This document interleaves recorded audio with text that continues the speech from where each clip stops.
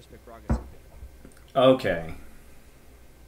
Already seeing the fresh band out by Cloud9 again. The Janna could follow as well to make sure Lost Boy gets hit up once more. Lemon Nation's Nautilus is taken out. We've seen that these bans have not stopped Lemon Nation and the rest of the sports, like Lost Boy, from entering the jungle early game, really getting in the hair of the other team. And exact same bans from game 1. Right. When Okay, so TSM going to mix it up a little bit. They're going to first pick the Urgot this game.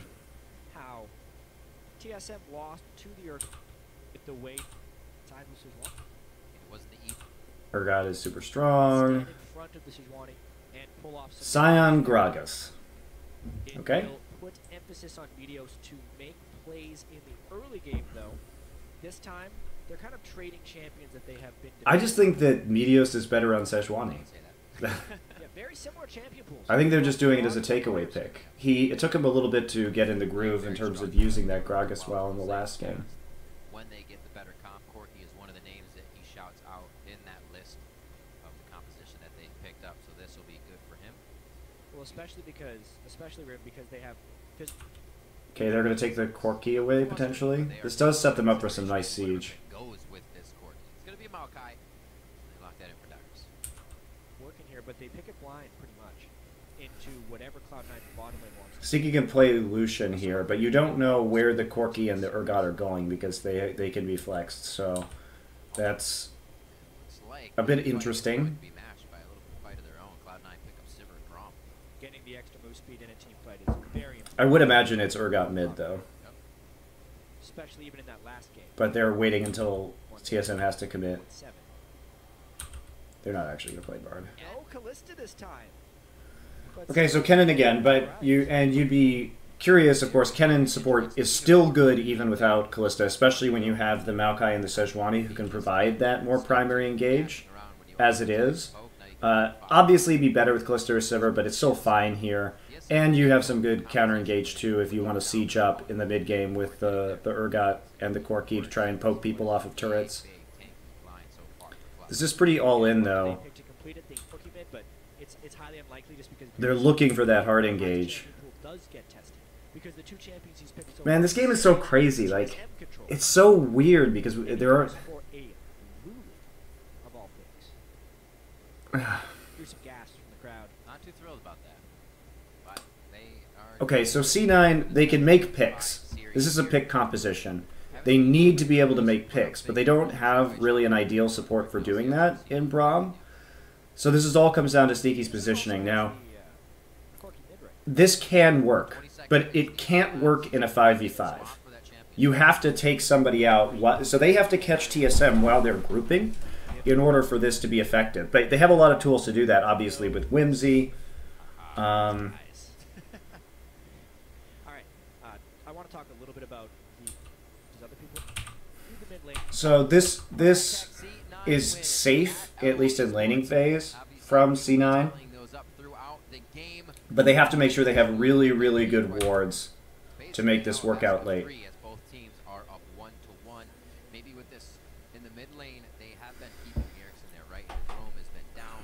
I think TSM again has a less risky draft. It's not that it's not that that C9 necessarily got hard outpicked in the last game. It's that they couldn't actually capitalize on their power spike because TSM did a very good job of trading those objectives and keeping things even until they could ramp up. And in this game, C9 has to have good vision over Dragon so that they can just run at you with all of their speed boosts. Bergson is able to prep that mid lane wave in just the right spot. However, the early games have been very. But this series is really weird. I mean, you don't have. No one's playing LeBlanc. No one's even banning LeBlanc. Callista's like such an afterthought here. Urgot isn't. The meta in NA I'm not too thrilled with right now. I think the Gragas priority is Gragas is good, but I'm not sure it's as good as the priority would suggest over the course of this series. If there were other junglers banned, if Nunu and Sejuani were being banned, absolutely. By these guys And even though the Thresh is good at setting up these picks, having Thresh for Cloud9 right now would really it would help them quite a bit. Okay, we're just going to see this nonsense again. But once again, Lustboy will probably push Cloud9 all the way to the other side of the jungle. Meanwhile, Krug's taken here They saw what happened by the duo lane. when And Freeze again here. So TSM has had the same 2v1 opening this entire game so far, and so is C9. They're mirroring each other in every way. This time, TSM wins pretty heavily on it. Notice how they cleared their entire jungle right there, whereas Cloud9 just the one camp. It's basically over a level of a single player's experience to the edge. And there's no freeze in top either because they were doing the Krugs. So Dyrus actually going to get some decent experience out of this just from the minion wave. And Sion going to go back. Also Ball's, not going ahead and taking a camp by himself early on. Instead he's going to walk back into lane. Kennen making some plays up to the top side. So TSM not going to be going for this earlier dragon. I actually think they had a chance. TSM could have maybe made a play on that dragon, considering they can control the pace of the wave, and they know that it's pushing in towards top side, and they can see Lemonation up there. It's good back timing, though, from Lustboy. Comes back early just to make sure that he gets some wards down, that they're not going to have any kind of dive. And then TPing right back in. TSM, good job on the lane swap. Lustboy did a good job of timing everything around that. Dyrus with the second Doran's ring as well.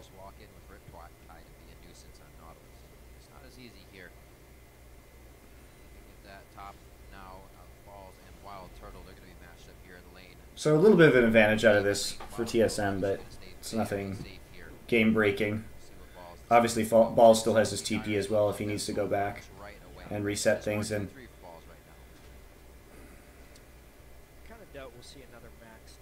look at this too. Look at what Lustboy does. I told you guys earlier that I thought Lustboy deserved MVP this split of LCS, and I agree with that still. But look at this. So Dyrus comes back in with some extra items, right? And so you'll notice that Santorin was busy clearing out the bottom side of the jungle. And so as soon as he TPs in with full HP, and they see, just two people here, they don't have any indication that anyone is in the river or on this side of the jungle. They have a couple of wards.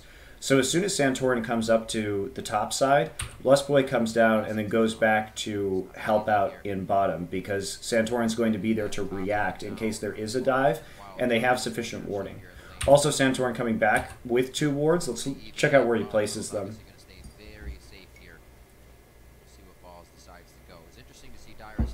A lot of the success of this lane swap has been around Lustboy's recall timings, though. Kind of doubt we'll see another max shield lanes. I'm very curious where Santorin's going to place these wards.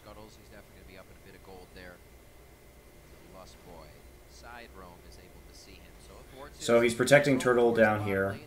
Meteos coming down. And this also allows them to put, of course, more pressure onto the dragon. No wards down yet for Santorin, actually, so it looks like he wants to make sure he gets some eyes down here onto the dragon. Early jungle CS. Again, Santorin is ahead of Meteos, level-wise. Very good job by him, making sure to control his own experience, gets his jungle upgrade before Meteos as well. Therefore, could maybe even be out on the map before Meteos. Here's what we were looking for from high. Glitter lands all you can to get that wave into the turret. I'm sure Bjergsen is having a hard time farming. We actually see some movement from Santorin there in a little bit to relieve that pressure. So wards went down here and here for Santorin. So pretty defensive wards right now.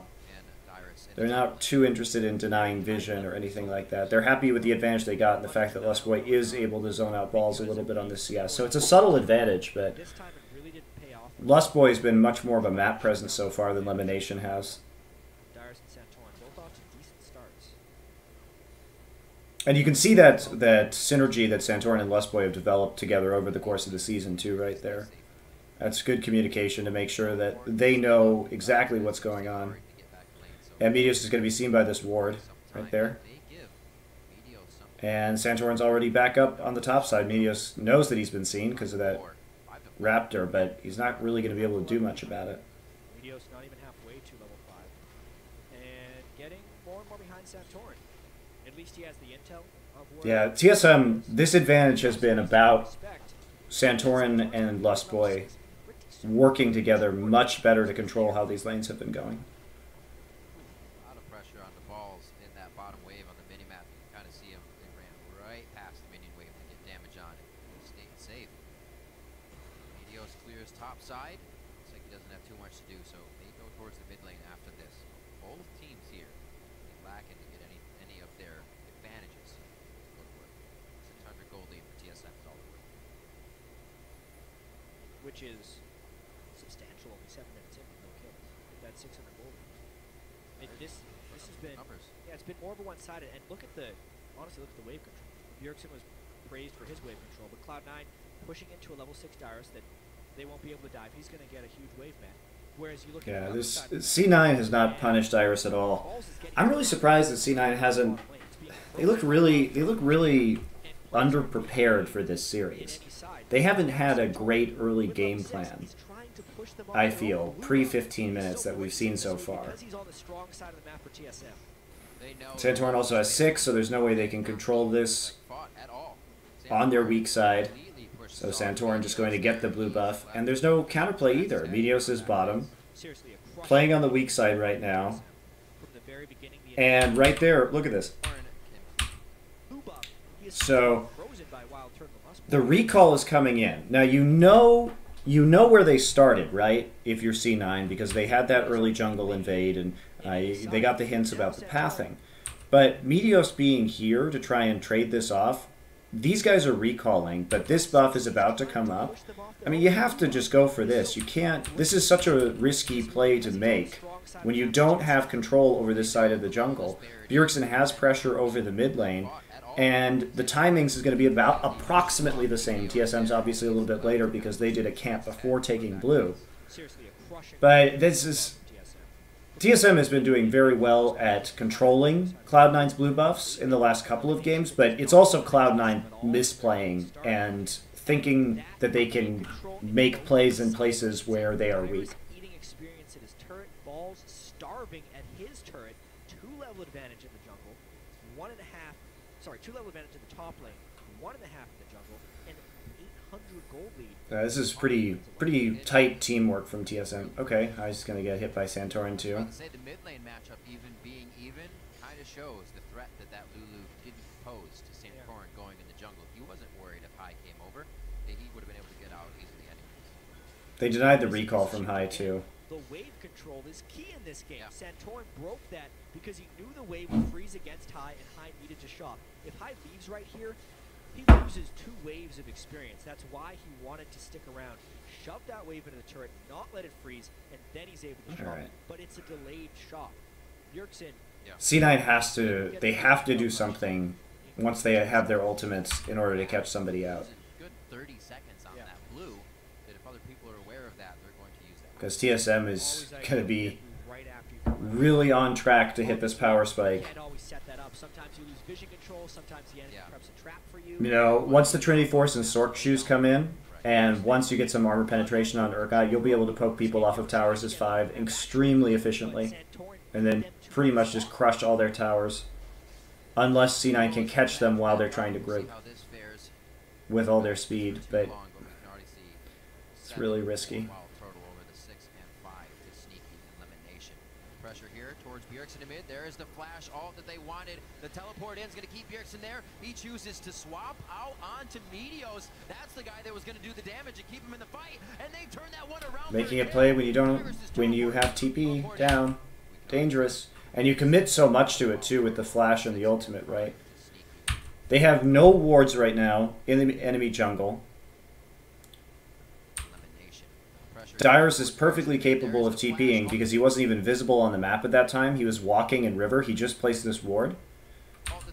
So the instant reaction is actually one of Dyrus' best TPs in the last couple of weeks. It was really nicely done. But they committed, you know, summoners, 3 summoners, and an ultimate before that TP even came in. So really easy for TSM to turn around. Now they can take the dragon too if they want. Getting first blood onto Dyrus as well will only extend the disparity in that top lane matchup. TSM with a fantastic start. Bjergsen saying thank you very much, Summoner Heal, throughout that play. Definitely helping him to stay alive on that one. I tried to get the Ignite down, but it did not cut through enough. TSM's pressuring this, but it looks like Cloud9 is getting in their face a little bit as well. I don't think they'll be able to work off that too much, just some trade damage. Yeah, Cloud9 in a pretty tough spot right now. They need to make some opportunity here with Sneaky Elimination. Sneaky is the main damage source and needs to be... You guys are saying if he had hit the Glitter Lance, they could have kill traded? Well, maybe, but TSM still gets the dragon off of that. Slight advantage. They still definitely get the dragon because they had the pressure. They already had their top laner in mid. Like, there's no... It doesn't... The kills are not so impactful as the fact that that play allowed them to take an objective off of it. First gank went through. Yeah. Okay, well, Glitter Lance missed because of the Meteos' ultimate. So that's just not great synergy. As he's getting ignited. And Santorin's in the right place because they couldn't have known that. And then the other Glitter Lance misses as well. Maybe, yeah, maybe he kills Bjergsen right there. You have to remember that Bjergsen's super tanky, though, because he used his ult. So actually, I don't think that's... If he had hit both of them, maybe he dies. But just one of them, probably not. Yeah, in a game where they try to And you don't make plays based on 100% skill shot accuracy, because that's unrealistic and a bad way to play the game. Hoping that TSM would get aggressive in this game. So... wait for that all. Yep. They end up pinking a brush to get vision control. But they've already shown 3 in the bottom lane. If they're losing so much time, if Cloud9 doesn't make a kill or 2 out of this, and instead just trades turrets, It becomes the impractical version of the home guard hacker. You wait for the fight to happen, and then you come flying in, but did not get the fight. A waste of time there, but they do get the turret, so the team does gain a bit of an advantage here. Dyrus is trying to get this wave cut before it even gets to the top turret, so grass there, and TSM controls the top of the map quite TSM well. really... Whoa, Oh, jeez. flying through Lustboy, and is going to get the turn for Bjergsen onto high.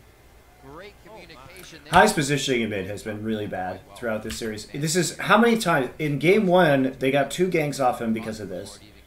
In game... they didn't actually get much in game 2, but this... He has no vision. He has no vision. And as of this play, when was the last time Santorin showed? He also has no idea where Santorin is. He has no idea Santorin's recalling right now. He doesn't know. 2 pink wards here. Ward here. Very safe play for TSM to make, right? Because wards. Maybe the only position that somebody could really feasibly be in is right here. Except, do they know where Gragas is? Yes, they know exactly where Gragas is. So TSM decides, okay, well, we can't save this turret. So Lustboy actually just wanders up through Tribe Rush and sees an angle on this gank. It's a great reaction to the grouping early from Cloud9. Lustboy has done so much in this game, it's ridiculous.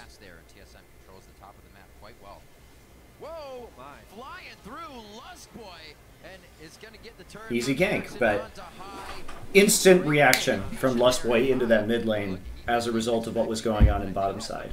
That is the problem. There's a lapse in vision control from Cloud9. McMinut's trying to set up a gank in the bottom lane, not warding River. As soon as they did that, since TSM had abandoned the bot lane, Lustboy makes a completely unexpected play. Instead of basing, runs to mid lane, gets the gank for Bjergsen. And they trade the mid tower too, which is obviously substantially more valuable. Are they going to go for the blue buff too? So they also, this is also really well coordinated with the blue buff coming up. And they stole the last one, so they've got the timer here so they can instantly transition over. That's probably one of the reasons why Dyrus came down, actually, just walking down into that side after pushing up. Really good map play from TSM.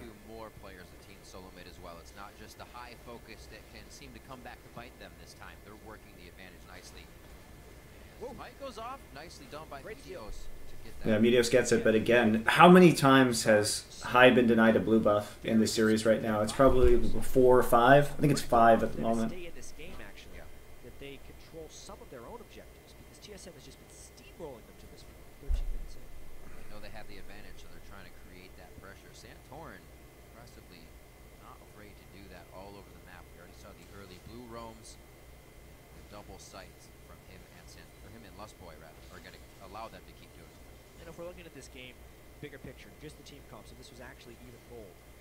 Even then, TSM, you could argue that they have a more team fight focused team composition.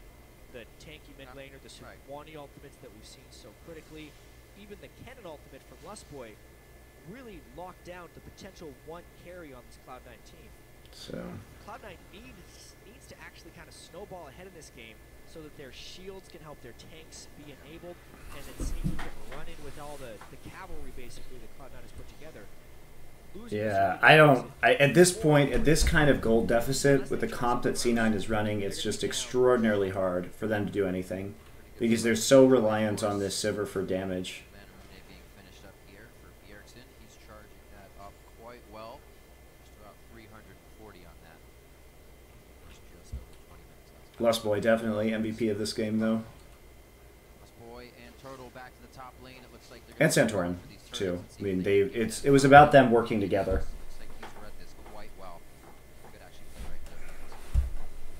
You need to get some turret trades going now. Cloud9 in game 1, when they started falling behind early, was able to successfully trade objectives against TSM. Yep. Wherever TSM was, Cloud9 was on the other side of the map, and they were using their shove in that way. That game, though, they had pretty decent vision. Turn up. Still staying pretty safe. Kind of hard to dive a cannon, but if you're outside the turret range, you don't have to dive at all. Turtle, a little too far out. Great ultimate there by Meteos. And Still staying pretty safe. Kind of hard to dive a cannon, but if you're outside the turret range, you don't that have to was dive at all. very ambitious. A little too far out. So just holding the turret right there. Meteos, and absolutely, Turtle was too far out on that one. Could not even recover from getting knocked back with his flash and his Valkyrie. Meteos stuffed it. Flash and Valkyrie. Whew. Big play there for Cloud9. Really big. Yeah, now they're going to be able to get the tower back down and actually sort of close the gap in this game a little bit. Turtles made a lot of positional errors in this series. I really think TSM could have won game 1 if they had defended that mid turret on the last minion wave. But not being in the right place on the map at the right time has hurt them a little bit. But TSM is so far ahead, I doubt it's going to be too big of an issue. And a great interrupt there by Dyrus. It's still a big enough pop, right? Dyrus is going to get the sapling out, chase. So look at this, though. I mean, Dyrus and Bjergsen are just kind of chasing. What are they doing right now? It's only a matter of time now. It's not so much will he die, but when will he die? What the hell is TSM doing? Exactly. They've already taken the mid lane turret, actually, in all of this. So very ineffective balls early on in the game. But can they? The other question is, can they get back in time for this dragon? Probably farm up what he can down there. I'm still alive. Nope, he's dead. Okay, well at least they got the kill for the dragon, so they will trade a kill They know he's down. turret for a kill in the control over the dragon. And balls can TP back in though if they want it, but no, they're not. They're going to give it up because Sneaky went back and they used the ult. 15 seconds what he can down there. Exactly. They've already taken the mid lane turret, actually, in all of this. So very ineffective balls early on in the game, but effective enough to open up the mid lane for Cloud9. Right. So still a pretty even trade. They've already taken the mid lane turret, actually. And since considering they already got that first dragon, it's actually It's going to be theirs uncontested. okay because they'll be able to dictate the pace of this game as the dragons go on. And TSM burning very little to secure that kill. Dragons may be one of the things TSM needs to use to win this game. Cloud9 has kept the gold pretty close, but that's because miraculously they're up 3 turrets to 1. One thing TSM did in the early game is they slightly valued the CS and experience differential over turrets, but then, because Wild Turtle got caught in that top lane, a little bit farther out than he needed to be, That's still 2 turrets. Actually, it was 2 turrets, and in the overall play of things, though, the dust is settled, it was 2 turrets and a kill apiece. Or 1 kill for a dragon and 1 kill. So Cloud9 actually did a little bit more right there, but it's very worrisome that the 2 dragons have already gone over to TSM if you're Cloud9. I love the way they're building as well. Because you have to make those picks, and that's going to be TSM dictating the terms of those engagements. Knowing I's not going to be killing me. Sneaky's getting pretty big.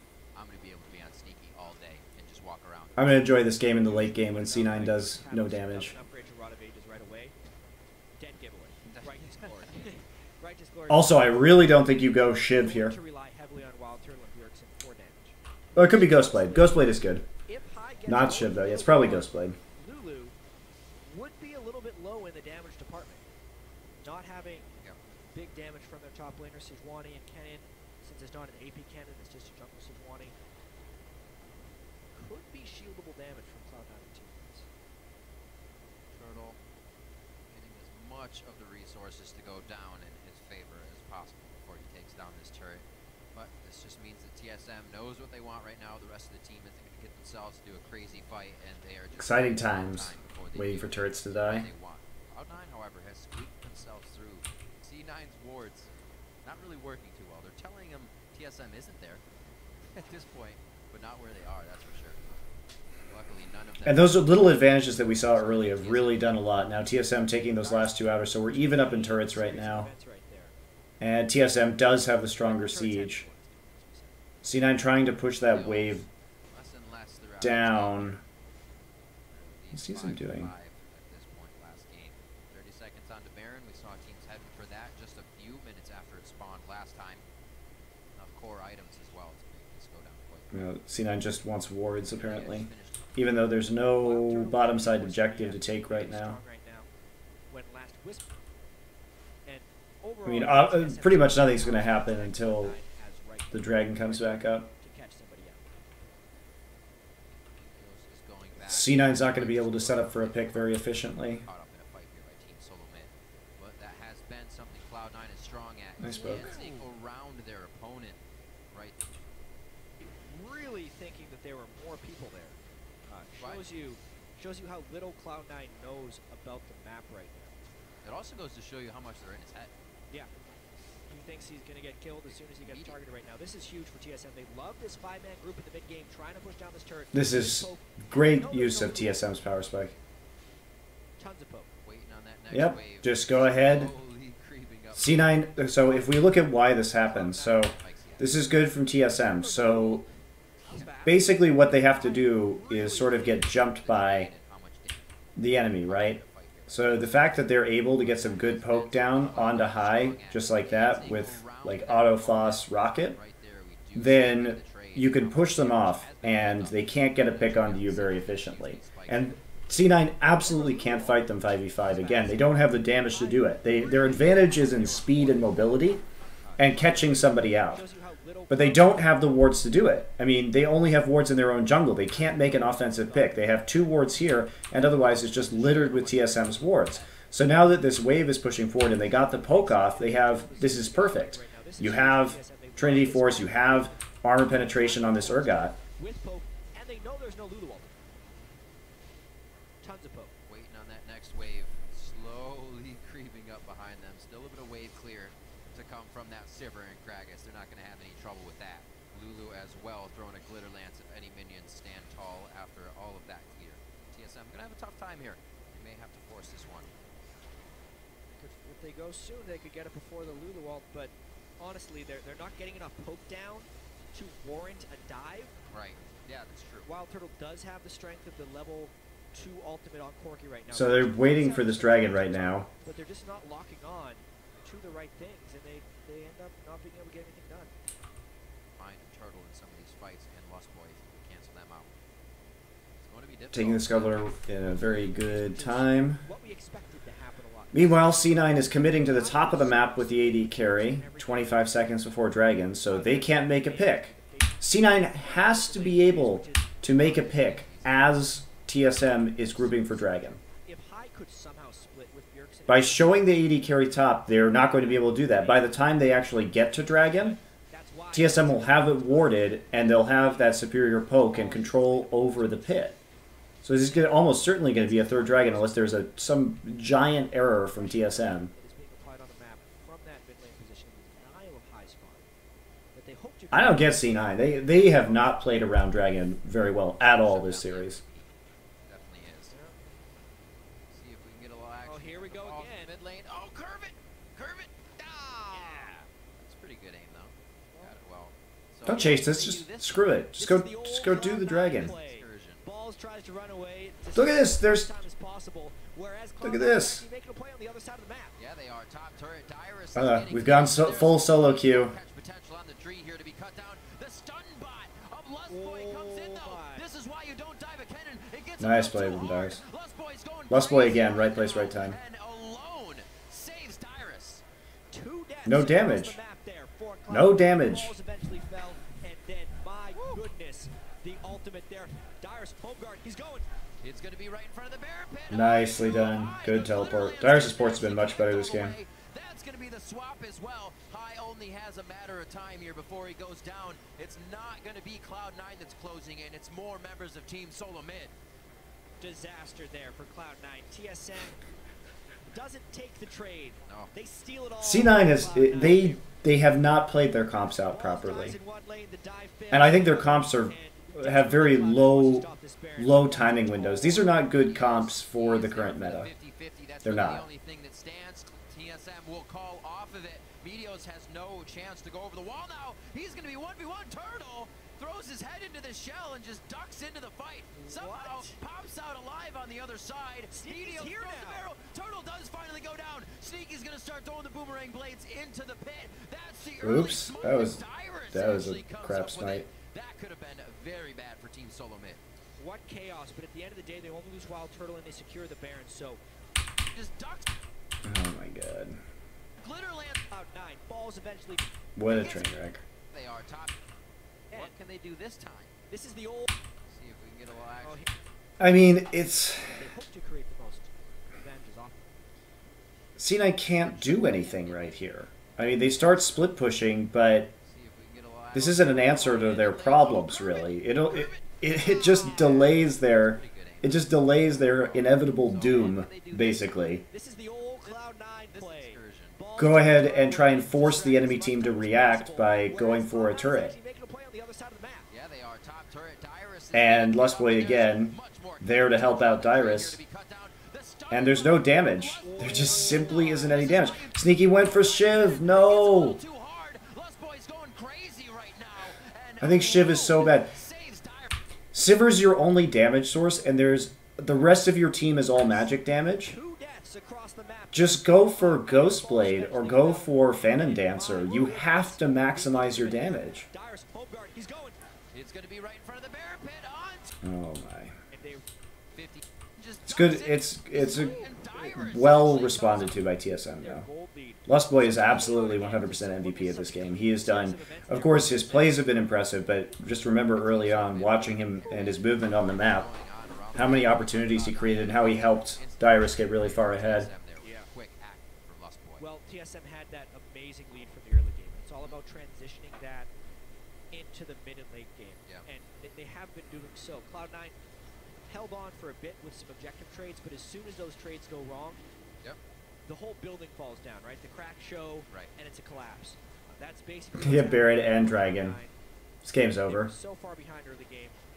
As soon as they make one mistake, Cloud9 did nothing to set themselves up for success in this game. They lost in the lane swap. They didn't try and set up picks with their composition. So TSM, this is basically just TSM having their way with Cloud9. Cloud9 is just a He says, guys, leave me.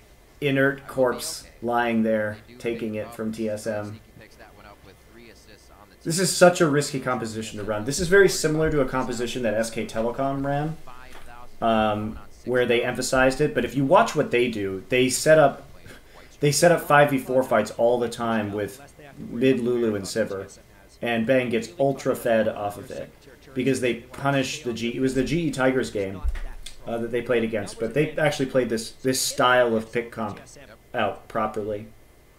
Elixir of Wrath for Erickson. He loves those elixirs. His Mirror Mana finished up a bit ago, so he's going to be outputting quite a bit of damage. And really great plays. Yeah. You can definitely see the confidence from Team Solo Mid's play. That was obviously a call from Dyrus. Nobody was like, Wait, first off, he survives and makes a great flash. I think this game's over. Is there anything else to see here, boys? I don't think so.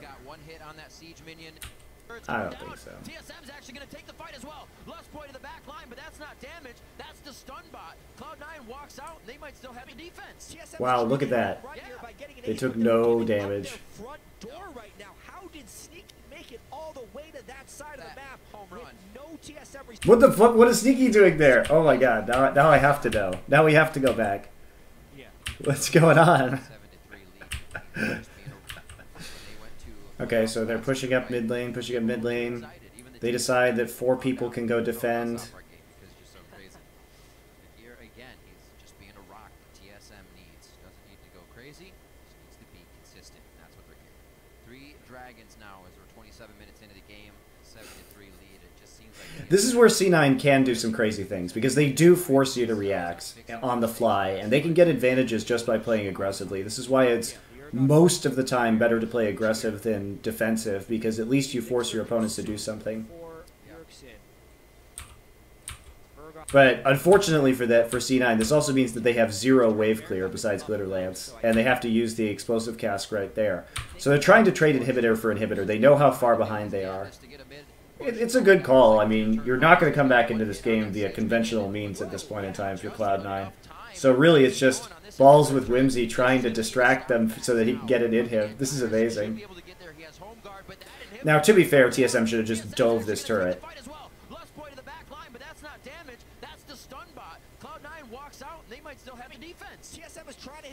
And this is why you do it, because TSM reacts poorly, right?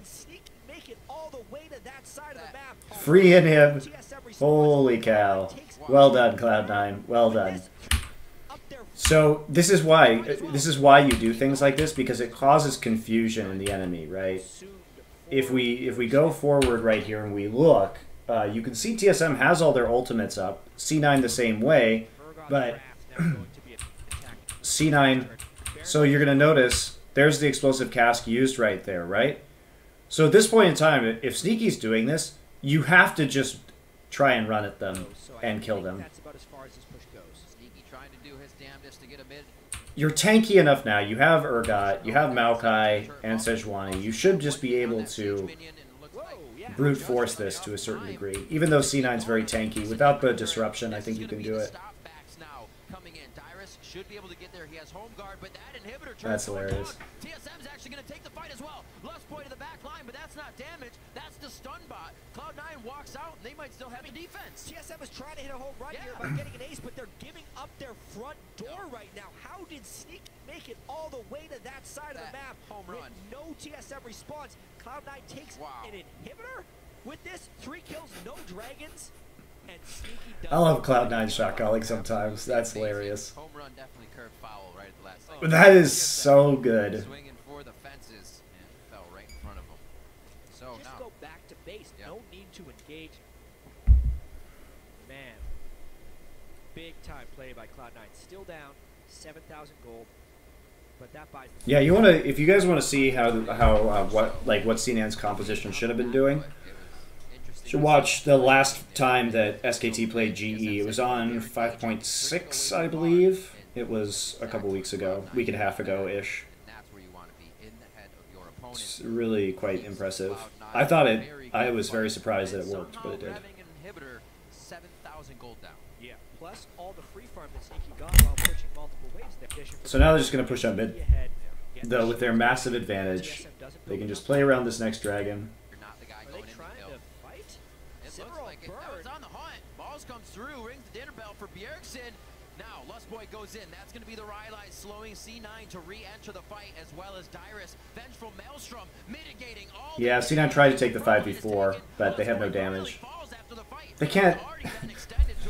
Yeah, they have no damage.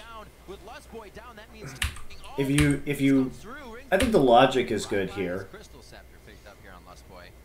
They try and start the setup with Sion, but he starts really far back, so they should know this is coming. Really easy dodge. And then they pass the minion wave, so Dyrus is immediately going to get into the back lines right here. Lustboy has a really good angle onto Sneaky, because TSM knows all they have to do is deal with Sneaky and there's no more damage. So it prompts Sneaky to flash out immediately, and Santorin just ults him right in his face. So TSM had all the tools to prepare for this. Tanks are in the front line.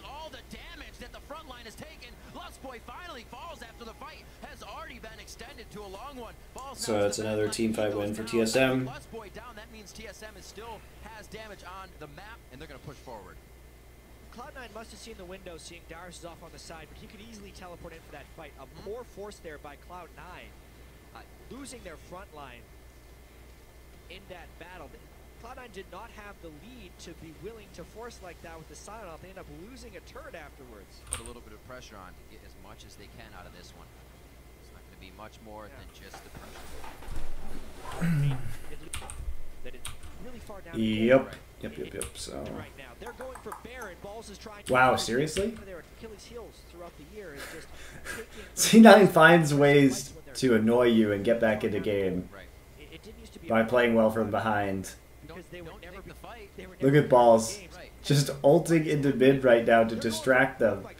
What a great shot call. Might as well try this, you know? Why not? They can keep Bjergsen out of that. He's going to have to stay and fight the whole time. Kai may go down, or rather, Balls is going to go down in this situation, but Bjergsen's far away. Santorin flies through. There's the glacial prison. Lemonation won't stand long. He didn't. What happened to his TP? Kai has already fallen in the Where does TP go? Where's his TP? Bjergsen's far away.